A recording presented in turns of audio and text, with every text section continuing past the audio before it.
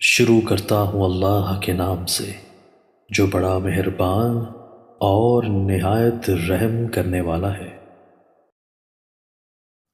سیدنا عبداللہ بن عباس رضی اللہ تعالی عنہما سے مروی ہے کہ رسول اللہ صلی اللہ علیہ وآلہ وسلم نے فرمایا، بے شک صحت اور فراغت اللہ تعالیٰ کی ایسی دو نعمتیں ہیں کہ بہت سے لوگ ان کی وجہ سے گھاٹے میں مبتلا ہیں۔ حضرت ابو ایوب انصاری رضی اللہ تعالیٰ عنہ کہتے ہیں کہ ایک آدمی نبی کریم صلی اللہ علیہ وآلہ وسلم کے پاس آیا اور کہا کہ مجھے کوئی بلیغ و مختصر نصیحت کریں۔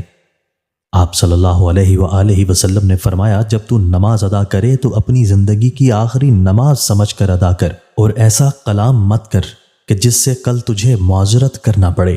نیز جو کچھ لوگوں کے پاس ہے اس سے مکمل نا امید اور غنی ہو جا۔